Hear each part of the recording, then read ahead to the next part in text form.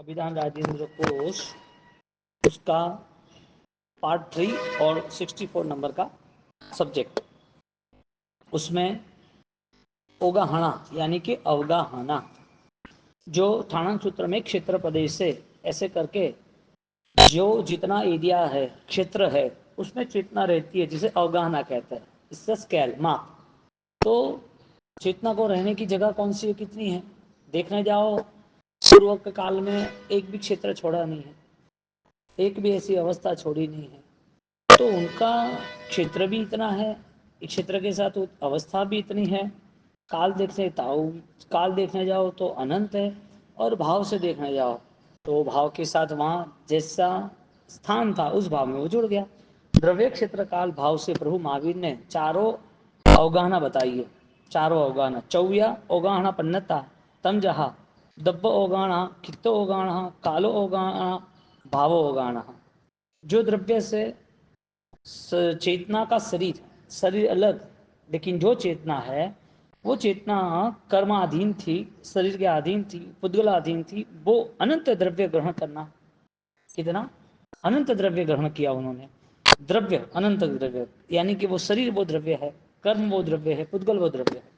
तो वो द्रव्य ग्रहण करने के बाद चेतना ने ग्रहण नहीं किया है। चेतना का स्वभाव तो अनंत ज्ञान दर्शन चारित्र के आकाश प्रदेशों में रहने का है, लेकिन जब ये संसार में है तो उनका जो मापदंड है अवगाहना स्थान क्षेत्र, तो वो क्षेत्र में उन्होंने शरीर ग्रहण किए, कर्म के कारण किए, कर्म किए, और शरीर और कर्म के कारण दूसरे संसार के जितने भी पुद्गल थे वो ग्रहण किए थे। कितने हैं, अनंत है। तो द्रव्य से 4 प्रकार के अलग अलग अवगाहना के माप बताए, द्रव्य क्षेत्र काल भाव। हाँ, तो द्रव्य से अनंत, काल क्षेत्र से असंख्य प्रदेश, 14 राजलोक के जो भी प्रदेश है, 14 राजलोक की जितनी भी जगह है, वो सारी जगह पर एक बार नहीं, अनेक बार नहीं, असंख्य बार नहीं, अनंती बार उस पे वो जीव यानी कि हमारा शरीर वहाँ प्राप्त किया छोड़ दिया, प्राप्त किया छोड़ दिया। इन्हें हमारा कहना ही गलत है, हमारा है ही नहीं। तो जो क्षेत्र से हमारा इतना परिभ्रमण हुआ, आत्मा को इतने सारे प्रदेशों में स्पर्श करना पड़ा, क्षेत्र तक जाना पड़ा, ये सब कर्माधीन था। तो चेतना असंख्य प्रदेशी क्षेत्र में रहकर आई। शरीर आत्मा है, इसके लिए आत्मा की जो स्थिति है, आत्मा का जो द्रव्य गुण जो दर्शन ज्ञान चारित्र है, आत्मा की जो चेतना वो तो साथ में रहेगी। तो उपचरित भाव से ऐसा कहा कि आत्मा की चेतना क्षेत्र से अनंत प्रदेशी हो गई। आत्मा का द्रव्य, चेतना का द्रव्य क्षेत्र से अनंत ग्रहण कर दिए। हालांकि ये तो भेद है। एक व्यक्ति सोना चाहता है, लेकिन सोना जो है उस सुवर्ण का क्षेत्र कौन सा, तो कि वो खदान था, ज्वेलरी शोरूम था, किसी के घर के बंगले में यानी कि सेफ में था। सेफ में था तो किसी ने अपनी बेटी को दिया, बेटे को दिया, तो वापस उसके ससुराल गया, वापस उसने भगवान को दिया, तो वहाँ भगवान की पेढ़ी में यानी कि संघ में गया, भगवान के मस्तक पे चढ़ गया। सोना एक ही था, लेकिन उस सुवर्ण ने कितने क्षेत्रों की स्पर्शना की।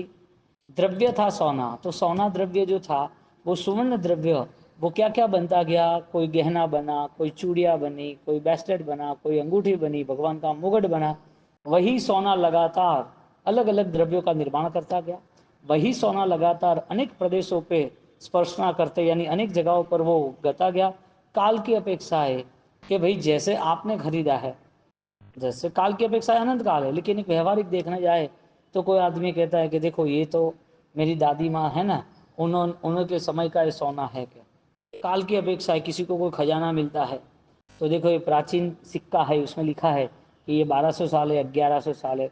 तो म्यूजियम है तो इसमें के एंटिक गोल्डन कॉइन है, तो उस राजा के जमाने का है, अशोक चक्रवर्ती का ये सिंबल है। तो काल की अपेक्षा है वो माप बोलते कि 1000 साल, 2000 साल, 3 साल, 3000 साल।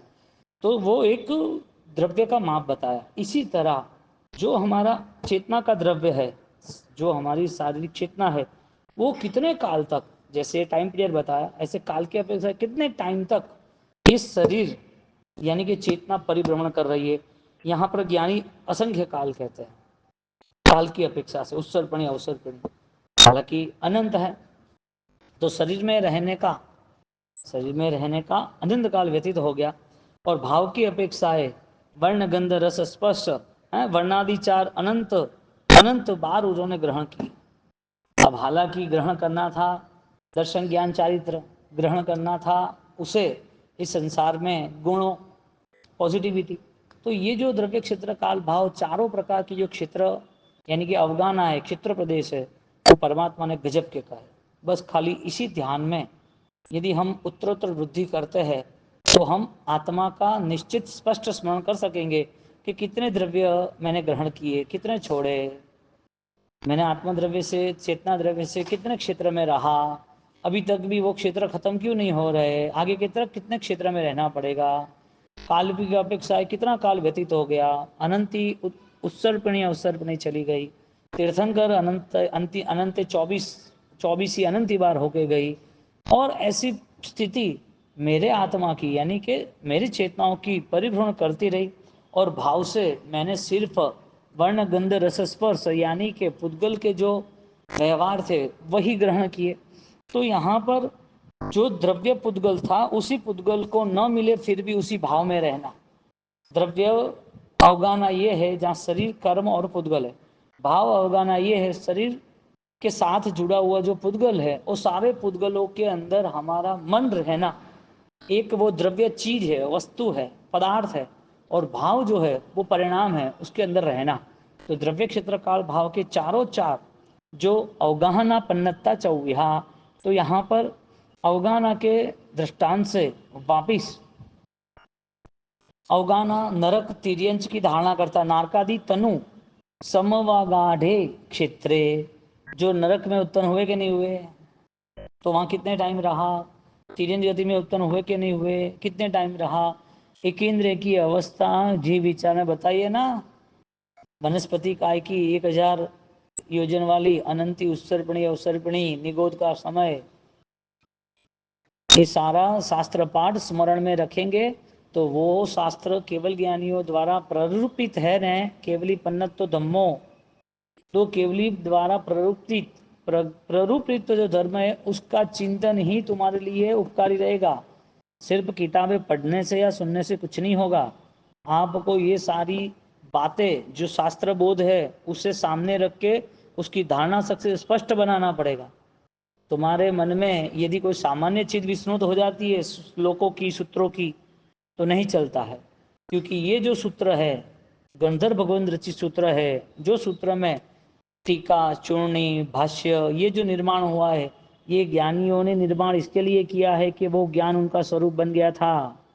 इसके लिए ज्ञानी भगवंतों की दृष्टि से और ज्ञान चेतना की प्रागट्य की दृष्टि से हमें ज्ञान में निरंतर रहना चाहिए। और ज्ञान का निरंतर उपयोग यही है जहाँ पर ज्ञान का निरंतर उपयोग यही है जहाँ पर आप अनुभव करते हो। ज्ञान का उपयोग, ज्ञान का निरंतर उपयोग क्या है, उपयोग में रहना, आपका ही उपयोग में रहना। तो ये वचन कैसे निर्मित हुए, किसने स्वीकार किया, ये कैसे कैसे ज्ञानियों ने रचना की होगी। वो अपने ज्ञान में अपनी आत्मशक्ति में इतने एकाकार हो गए, एकाकार होने के कारण वो ताकतवर बन गए, अत्यंत ताकतवर बन गए। और उसके बाद जो ताकतवर बन गए उसके कारण उन्होंने निर्माण किया। तो जो नरक में जो जीव है, नरक में जो जीव है, नरक में जो जीव है उनका क्या कारण, जानवर की दुनिया में जो जीव है उनका क्या कारण, देव की दुनिया में जो जीव है उनका क्या कारण। गतियां बदलती रही, हाँ, आत्मा नहीं बदला। गतियां बदलती रही, आत्मा नहीं बदला क्या, हाँ, बदलना चाहिए ना, क्यों नहीं बदला, वजह क्या, गति बदली ना तो क्या फर्क पड़ा, द्रव्य क्षेत्र काल भाव में ही रहे ना, अवगाना में रहे हम 14 राजलोक की, हमें 14 राजलोक से मुक्त होना, 84 से मुक्त होना है।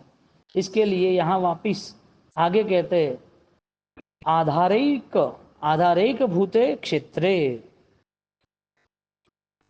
आधार आधे का अस्तित्व बता रहे हैं कि भाई तुम्हारा गति का आधार कौन है, यानी कि ये आत्मा का आधार कौन है। आत्मा इधर शरीर में क्यों रही है, इतने सालों से इस शरीर क्यों धारण करती है, इतने काल से, इतने क्षेत्र से उसको इतना समय आया कहाँ से? तो ये समय की समाप्ति कब होगी? यहाँ पर आधार एक भूते क्षेत्र के जो आधार है वो द्रव्य क्षेत्र काल भाव का है। तो हमारी स्मृति में आना चाहिए कि मैं भिन्न हूं तो भी मुझे कौन यहाँ पर बांध के रखता है? मैं यदि ये हूं ही नहीं तो ऐसा क्यों हो रहा है? कोई आदमी सुखी संपन्न हो और उसे बोले कि तू भिखारी का रोल करना, तो फुटपाथ पे सो जाना, फटे टूटे कपड़े पहनना। लेकिन मैं भिखारी नहीं हूं, मैं कैसे भिखारी बनूं? एक आदमी को बोले हॉस्पिटल में आईसीयू में जाके कि तू भी यहाँ लेट जा और तू भी ये इंजेक्शन, थोड़ा वो मशीनरी जो टेक्नोलॉजी है, जो मशीन है वो सारे चेक करने के, वो भी तेरे पे लगा दे, तेरा वो सुई बॉटल लगा दे, इंजेक्शन लगा दे, ऑक्सीजन लगा दे। तो कि मैं तो हेल्दी हूँ, मैं क्यों लगाऊं? जो व्यक्ति हेल्दी है वो स्पष्ट है कि मुझे, मैं बीमारी नहीं हूं तो मैं हॉस्पिटल की ट्रीटमेंट क्यों लूँ? जो आत्म तत्व को जानता है, अपनी आत्मा को स्वतंत्रता सोचता है, वो इस द्रव्य क्षेत्र काल भाव के बंधन में क्यों रहे? वजह क्या?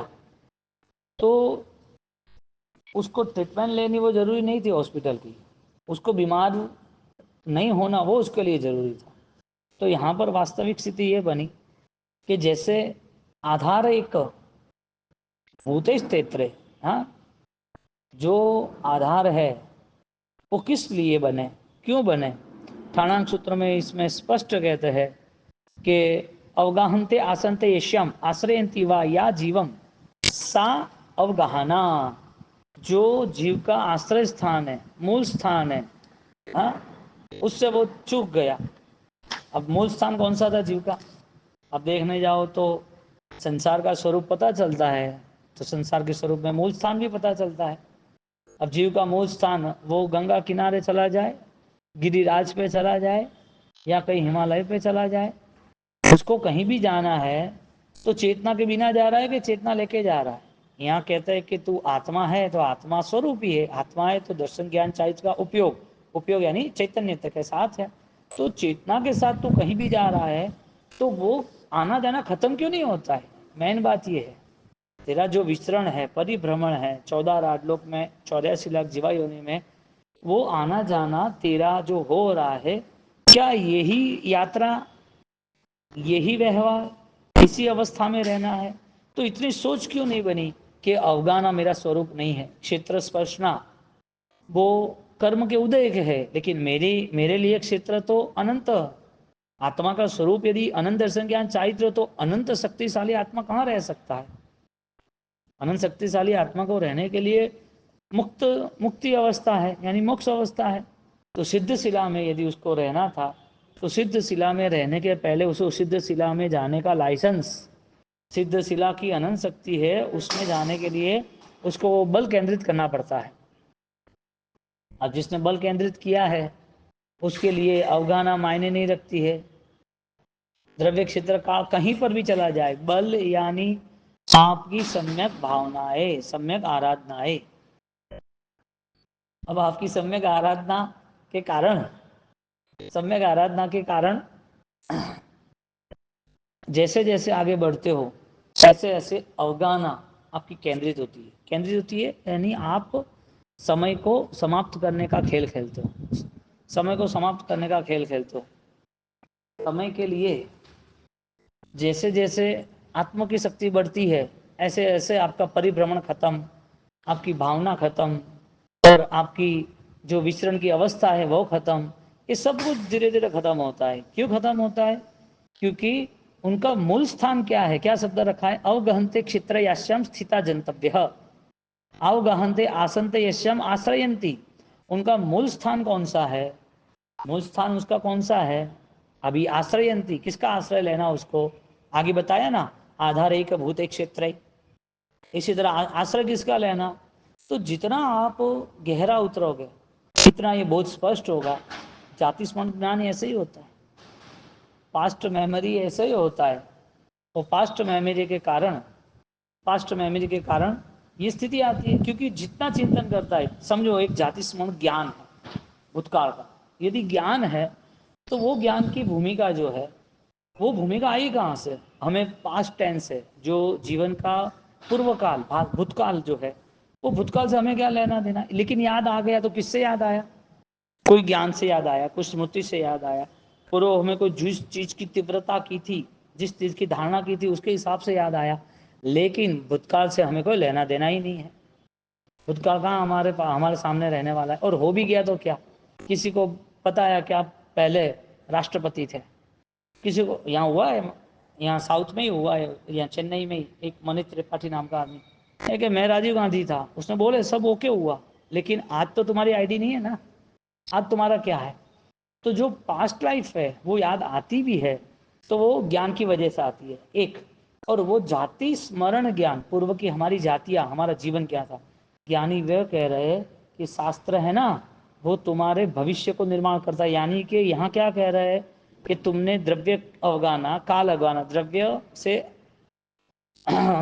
से अवगाना, काल से अवगाना, क्षेत्र, काल और भाव, चारों चीजों से आपकी अवगाना यदि देखने जाए तो सारी अवगाना में आप पास्ट टेंस में चले जाते हो तो भविष्य निर्माण होता है, भविष्य निर्माण होता है।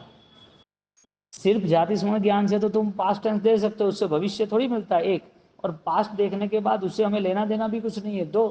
तो ज्ञानी के वचन खाली वो धारणा में लाता है, अपने उपयोग में लाता है, चेतना तक ले जाता है, तो उसका चैतन्य अब अवगाना को समाप्त करने में रहता है। द्रव्य से नहीं, क्षेत्र से नहीं, काल से नहीं, मुझे अवगाना में नहीं रहना, अवगाना खत्म करनी है। इसके लिए उसकी स्थिति जो है आत्म तत्व की, वो स्थिति है वो प्राप्त करता है। अवगाहनते क्षेत्र में शम स्थिता जंतव्य सा अवगाना, जो उसका आत्म तत्व जिस क्षेत्र में स्थित है वह है उसकी आत्मा अवगाना। अब अभी वर्तमान में तो उसे जो अवस्था मिली है उसको भी अवगाना कहते हैं। अवगाह्यन्ते जीवने आकाश अनया इति अवगाना, अवगाना के अलग अलग अर्थ बता रहे। जो चेतना आकाश के आधार से रही हुई है वह भी अवगाना। आकाश आस्तिका है, धर्मास्तिका है, अधर्मास्तिका है, आकाशस्तिका है। हकीकत में देखने जाओ तो जितने भी जड़ पुद्गल है, जितने भी अजीव पुद्गल है, उसका स्वरूप अजीव का ही है, जड़ का ही है। लेकिन आत्मा जब जुड़ जाती है तब वो जड़ कर्म भी एक्टिव हो जाता है, सचेत हो जाता है। सचेत नहीं कह सकते लेकिन सक्रिय हो जाता है। कर्म जड़ है, पुद्गल जड़ है, धर्मास्तिका है, अधर्मास्तिका है, आकाशास्तिका है, पुद्गलास्तिका है, कालास्तिका है, सब जड़ है। तो सारे जड़ पदार्थ एक्टिवेट हो जाते हैं जीव जब उसमें जुड़ता है। तो अवगाना से आकाशास्तिका का यहाँ कहा अवगाह्यन्ते, तो जीव ने आकाश के स्वरूप को भी, आकाशास्तिका को लेके आकाश तक भी जीव को कहा गया है, यानी कि आकाश में भी उसकी अवगाना है। औदारिक आदो शरीर है, जो मोक्ष में ले जाने वाला उदार शरीर है, हाँ, वो भी अवगाना ही कहते हैं। अब जितना शरीर पुण्यशाली है, इसका मतलब ये है कि पुण्यवान जीवों को सिर्फ शरीर ही पुण्य के उदय से मिला ऐसा नहीं।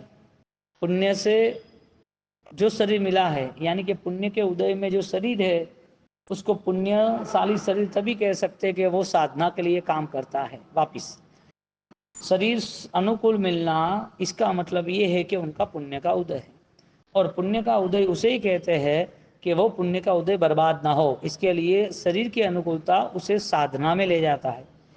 जो पुण्य का उदय श्रेष्ठ है और श्रेष्ठ साधना का योग बना देता है, उससे भी परम श्रेष्ठ अवस्था, उससे भी पवित्र पुण्य यह है कि वो शरीर ही अनुकूल है और शरीर ही श्रेष्ठ है ऐसा नहीं, उसकी भाव दशा में वो प्रवेश करता है,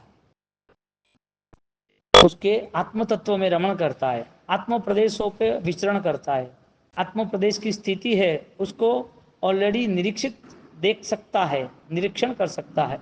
अब ये स्थिति में जब औदारिक शरीर भी एक अवगाना है, आकाश को स्पर्श करना, यानी चारों गति में शरीर तो मिलता है, लेकिन श्रेष्ठ पुण्य औदारिक शरीर का है, उदार शरीर। और उदार की परिभाषा ये है मोक्ष में ले जाने वाला शरीर। कहाँ पे? मोक्ष में ले जाने वाला शरीर तो मोक्ष में जाता नहीं है, लेकिन इस देह से जो साधना होती है वो जरूरी था। क्योंकि यदि इतना स्वीकारते हैं कि 14 राजलोक की जितनी क्षेत्र स्पर्शना, 14 राजलोक में इतनी अवगाना ग्रहण की, तो 14 राजलोक वो संसार है, तो संसार से मुक्त होने का रास्ता कौन सा है? सीधी बात है कि संसार से मुक्त होने का रास्ता, सिद्ध शिला पे जाने का रास्ता यदि शुरू होता है तो मानव देह से होता है, और मानव देह वो सब साधना के लिए श्रेष्ठ है, सब साधना के लिए। क्यों भाई? वजह क्या, कारण क्या? यदि मानव देह उसे साथ दे रहा है तो किस में साथ देना चाहिए? उसका पुण्य बर्बाद हो इसमें, कि उसका पुण्य उसके लिए उपकारी साबित हो उसमें? तो मानव देह जो मिला है उदार औदारिक शरीर है। तो जिन जिन दैवी शरीरों ने भक्ति की तो अच्छी बात है, पूजनीय बने, लेकिन परम पद तक नहीं पहुंच पाए। जो दैवी शरीर मिला, दिव्यताएं मिली, देवलोक की दुनिया मिली, लंबा सागरोपम का आयुष्य भी मिल गया, अपूर्व रिद्धि सिद्धि मिल गई, जबरदस्त उनको विद्याएं मिल गई, उनके सेवक करोड़ों करोड़ों की संख्या में मिल गए, उदार नहीं है। मोक्ष में जाने के लिए उसको भी यही शरीर धारण करना पड़ता है। ये शरीर दिया किसने? मेरा है वो बात अलग है, लेकिन मेरी आत्मा के लिए मुझे यदि ये शरीर मिला है तो सबसे पहले इस शरीर से मुझे साधना प्रारंभ करनी, और ये शरीर कठिन से कठिन साधना में कैसे जुड़े, ऐसा लक्ष्य यानी कि साध्य बलवान बनाना। तो मेरा ये शरीर मिला है तो इस शरीर के नाम पर हम कोई दूसरी बात सोचे और साधना ही छोड़ दे, तो ये तो बेवकूफ़ी हुई ना। ज्ञानी यदि हमें अवगाहना से द्रव्य क्षेत्र काल भाव से समझा रहे तो इसका मतलब ये देह को जितना कुछ भी चाहिए, ये यदि साधना के बिना ये देह जीवित रहा तो ये देह मिला ना मिला कीड़ों मकोड़ों की तरह मर जाना है, कोई भविष्य नहीं है इसका। क्योंकि इस शरीर से हमें बहुत सारी साधनाएं करनी थी, और जिसमें ज्ञानियों ने पंच महाव्रत बताए, श्रावकों के लिए 12 व्रत बताए, विशिष्ट भक्ति बताई। आँख है, तुम्हें हंसना हो तो हंसते रहो, आँख है, आंसू बहना है तो बहाते रहो। आंसू प्रायश्चित के बह सकते हैं, आंसू दुख के भी बह सकते हैं, आंसू वियोग के बह सकते हैं, कुछ चीज चली गई कैसे करेंगे, तो आंसू बहेंगे। शरीर मिला है, लाभ किसको मिलेगा? शरीर मिला है, पचखान लिया, लाभ किसको मिलेगा? शरीर मिला है, परमात्मा की भक्ति में पंच इंद्रिय पांचों अवस्था लगा दी, लाभ किसको मिलेगा? ये सारी चीजें यदि औदारिक शरीर यानी कि मोक्ष के कारक ये सब कुछ होता है तो सारा लाभ उसके लिए सिद्ध शिला ही बन जाता है, मोक्ष का ही परिणाम बन जाता है। तो ये मिला हुआ शरीर और आत्मा ये उदार है, इसके लिए साधना में जोड़ना जरूरी है, औदारिक शरीर। अब कोई बोले कि मेरा आत्मा तो साधना में रह रहा है, मेरा आत्मा तो ज्ञान में है और ज्ञान में रहेगा, मेरा ध्यान तो प्रबल ही है, तो भगवान क्यों कहते हैं सब कुछ व्रत? अरे कहने की बात छोड़ो, लेते क्यों? उनकी परंपरा में गौतम स्वामी कोई विद्वान कम थे क्या? ज्ञान का महासागर थे। उनके पास एक ही पल में सारा ज्ञान सोना बन गया, जो पीतल था वो, जो लोहा था वो सोना बन गया, मिथ्या था वो सम्यक बन गया। तो उन्होंने छठ के पारने छठ किए, सेवा की, भक्ति की, विवेक किया, क्षमा याचना करने भी गए, प्रश्नोत्तरी पूछी, भगवती सूत्र निर्माण हुआ पूरा। उस सूत्र को सुनने वाले वस्तुपाल तेजपाल ने 7 बड़े बड़े ज्ञान भंडार बना दिए, सारे प्रश्नों के ऊपर एक एक प्रश्नों के ऊपर एक एक सोना मोहर लगा दिया। तो ज्ञान से सब कुछ नहीं होता है, और ज्ञान ही सब कुछ है। कैसे? ज्ञान सब कुछ इसके लिए कि वो ज्ञान तुम्हें प्रेरित करता है, वो ज्ञान तुम्हें एक अवस्था तक ले जाता है, वो ज्ञान तुम्हारी सर्वश्रेष्ठता है उसे प्रकट कराता है। तो ज्ञान है लेकिन श्रेष्ठता नहीं है तो ज्ञान क्या काम का? ज्ञान है और उसके अंतर मन के दोष क्षय नहीं हो तो वो ज्ञान क्या काम का? इसके लिए ज्ञान का जो भ्रम है ना, वो तोड़ना हो ना, तो शरीर को यानी कि जीवन को ज्यादा से ज्यादा साधना में लगा देना चाहिए। भ्रम है कि मेरे में ज्ञान है, मैं ज्ञान को पाया हूँ, ज्ञान आनंददायक है, आनंददायक है उसकी असर तो होनी चाहिए ना, तो वो अपने आंतरिक कसायों से मुक्त होता है। ये ज्ञान की उपासना का फल है। ज्ञान उपासना का श्रेय जीव को कैसे मिलेगा? यदि ज्ञानवान आत्मा है तो यहाँ संकल्प करना पड़ेगा कि क्षेत्र प्रदेशों को मुझे दूर करना है, क्षेत्र प्रदेश से मुझे मुक्त होना है। औदारिक आदौ शरीरे, हाँ, समयावांग में कि जो मोक्ष में ले जाना वाला शरीर है वो औदारिक शरीर है। मानुष सौरलिया शरीरम नम बद्धे के महलिया शरीर रोगाहाण पन्नता गोयमा जहन्न अंगुलस्य असंख्य जय भागम अक्कोसैणम तिन्नी गाऊ यारम। पंचेंद्रिय शरीर मनुष्य का उसकी अवगाना कितनी है? कौन पूछ रहा है? गौतम स्वामी। हाँ, गोयमा जहन्नैनम अंगुलस्य, जहन्नैनम जगन्य से, अंगुलस्य असंख्य जय भागम, अंगुल का असंख्य भाग, और उक्कोसैणम उत्कृष्ट से, तिन्नी गाँव, तीन गांव। क्या बोल रहे हैं? मानव जीवन में पंचेंद्रिय मनुष्य का शरीर कितना विशाल हो सकता है, विशाल काय हो सकता है, तीन गांव प्रमाण बताए।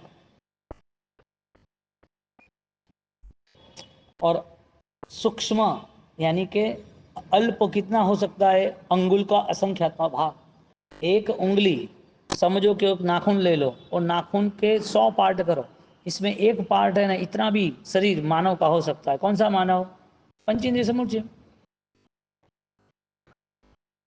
पंचेंद्रिय समूर्तिम, समूर्तिम की विराधना के लिए इतनी जागृति क्यों बताई? कि भाई वो भी रिजल्ट देना पड़ेगा, उस परिस्थिति में जाना पड़ेगा। तो महाज्ञानी ने जो क्रिया असंभव है, जिस क्रिया में तुम्हारे जीवन में यानी तुम कंट्रोल नहीं कर सकते, पहले तो ट्राई करना कि इतने विराधना से बच्चे हम यदि कंट्रोल नहीं कर सकते तो फिर उसकी भाव दया बताई कि ये मेरे से इस जीवों का दुख नहीं देखा जाता है, वो उनकी अवस्था भी दुखदायी है और मैं भी दुख दे रहा हूँ। उनकी सन्नी पंचेंद्रिय अवस्था नहीं है, वो सूक्ष्म पंचेंद्रिय है। इतनी पीड़ा के साथ वो अपना जीवन व्यतीत कर रहा है, कुछ किसी को कुछ पता नहीं है, भयंकर वेदनाओं में वो जी रहे, और आज नहीं अनंत काल जिएगा वो। और मैं वो दुखदाई है, मैं क्यों दुख दूं? तो वो तुरंत ही अपने व्रत को ध्यान में देके कम से कम जीवों को, कम से कम जीवों को दुख पहुंचे या तो न पहुंचे, पहुंचने की तो बात ही नहीं है, कम से कम विराधना कैसे हो उस विचार को वो आगे ले जाते हैं। तो पंचेंद्रिय मनुष्य की अवगाहना कितनी है, गौतम स्वामी भगवान महावीर स्वामी को पूछते हैं। तीन गांव प्रमाण। हाँ, फिर एक जीव प्रदेश ते यथा तेषु तत्परिणामेशु आकाश पदेशु इति अर्थ। भगवती सूत्र में ये प्रश्न बताया। उत्कृष्ट पद से जीव, आत्मा की बात है, शरीर की बात नहीं, आत्मा की। उत्कृष्ट जीव कौन कितने प्रदेशों को स्पर्श कर रहा है? उत्कृष्ट से जीव, जीव जो है वो संसार के सारे प्रदेशों को स्पर्श करके ही आया है। वो ज्ञानियों के वचन के परिणाम से आकाश प्रदेश, जितने आकाश प्रदेश है उतने प्रदेशों को स्पर्श करके आ रहा है। यानी कि ज्ञानी भगवान उनके आत्मा के आकाश प्रदेश जितना उनका प्रदेश देख रहे हैं। आत्मा है तो उसमें कितने प्रदेश है? एक जीव के प्रदेश कितने हैं?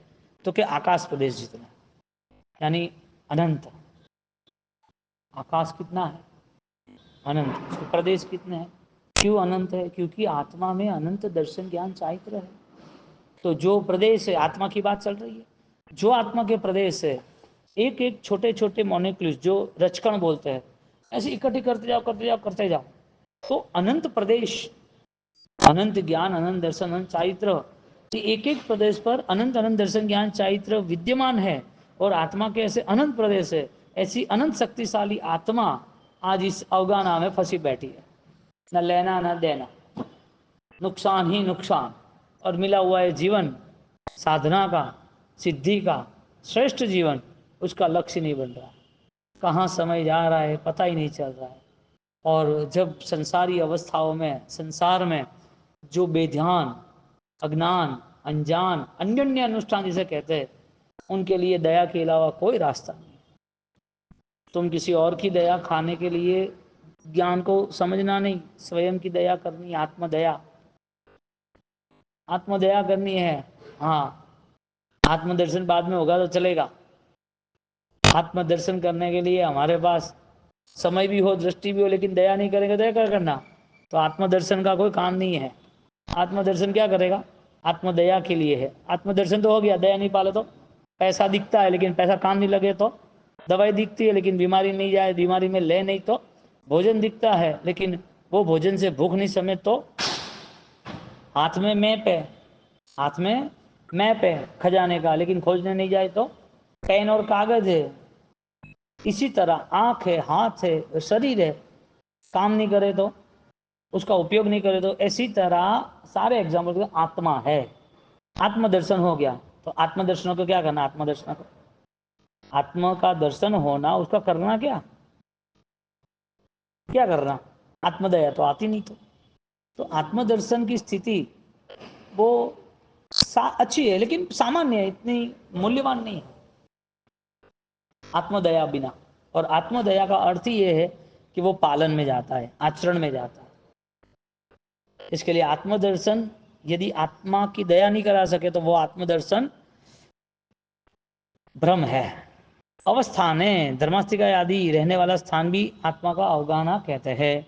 और अवग्रह परिच्छेदे, प्रज्ञात्मक सूत्र का वाक्य है कि आत्मा का शरीर आदि का ग्रहण और त्याग ही संसार का कारण है। परिच्छेदे, अवग्रहण, आत्मा का जब परिग्रहण होता है, यानी कि आत्मा ग्रहण करता है, क्या ग्रहण करता है शरीर ग्रहण करता है। कितनी सूक्ष्म बात है कि अंगुल के असंख्यात्मय भाग में वो वहां पर एक आत्मा बैठा है, पंचेंद्रिय, सूक्ष्म पंचेंद्रिय अवस्था में एक आत्मा बैठा है। ये तो अंगुल के असंख्यात में बात की, निगोद के अंदर जीव अंगुल के असंख्यातमय भाग में अनंत, अब देखने जाओ तो अनंत जीव और देखने जाओ तो अनंत प्रदेशी दर्शन ज्ञान चारित्र जैसा महाशक्तिशाली आत्मा है। कितना उनका विशिष्ट सूक्ष्म ज्ञान होगा कि वो वहां अपनी केवल ज्ञान की भूमिका को निर्मित कर पाए। हमें एक व्यवहारिक आत्मा की भी एक सोच आए कि शाश्वत आत्मा है और कुछ भी नहीं, तो भी हम शरीर के मोह ममत्व और संसार की माया से मुक्त हो सकते हैं। खाली इतना याद आए तो ये सूक्ष्म शरीर की बात कर ही नहीं रहे, दर्शन ज्ञान चाहिए के अनंत प्रदेश में से एक ही प्रदेश की बात कर रहे जिसका नाम सम्यक दर्शन है, एक ही अंश की उसकी बात कर रहे। उस स्थिति का निर्माण कैसे होगा, अवगाना क्यों बताई कि ये 14 राजलोक की जो अवगाना है, दादा गुरुदेव राजेंद्र महाराज ने कितना उपकार किया इतने कठिन शब्दों को, अवगाना को। शरीर की अवगाना में देव नरक तीन जानवर की, शरीर की अवगाना आत्मा द्रव्य क्षेत्र काल भाव से, शरीर की अवगाना से वापिस चारों चार आत्मा द्रव्य क्षेत्र काल भाव से 14 राजलोक में 84 लाख योनि में, उससे भी आगे भगवान को वापिस गौतम स्वामी पूछते हैं कि कौन सी अवगाना कैसी होती है, पंचेंद्र की अवस्था का माप बता देना।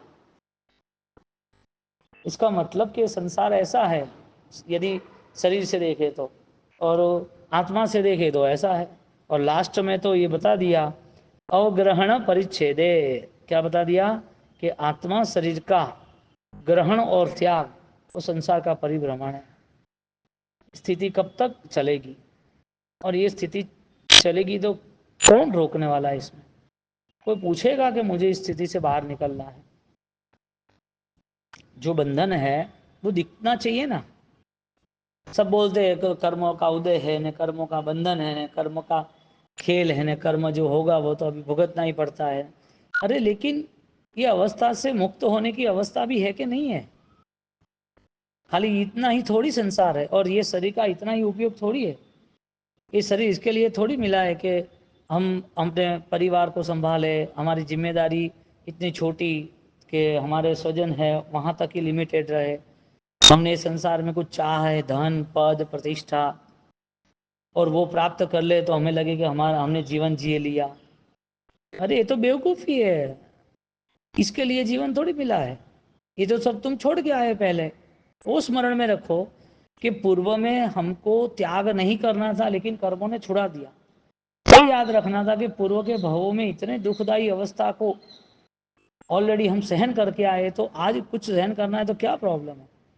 देवलोक की दुनिया इतनी महिमावान, यानी कि इतनी सुख संपन्न थी, वो भी त्याग किया, यहाँ क्या सुख है, कुछ भी नहीं है। तो वो जीव यदि ये स्थिति को सोचता है तो उसे लगेगा कि कोई मुक्त अवस्था है, वरना उसने सोचा कि बस यही जीवन है, यहाँ उलझे रहो, तो उसको सामान्य आत्मा का बोध, आत्मा की शक्ति प्रकट करने का अवसर भी नहीं है, सामान्य भी।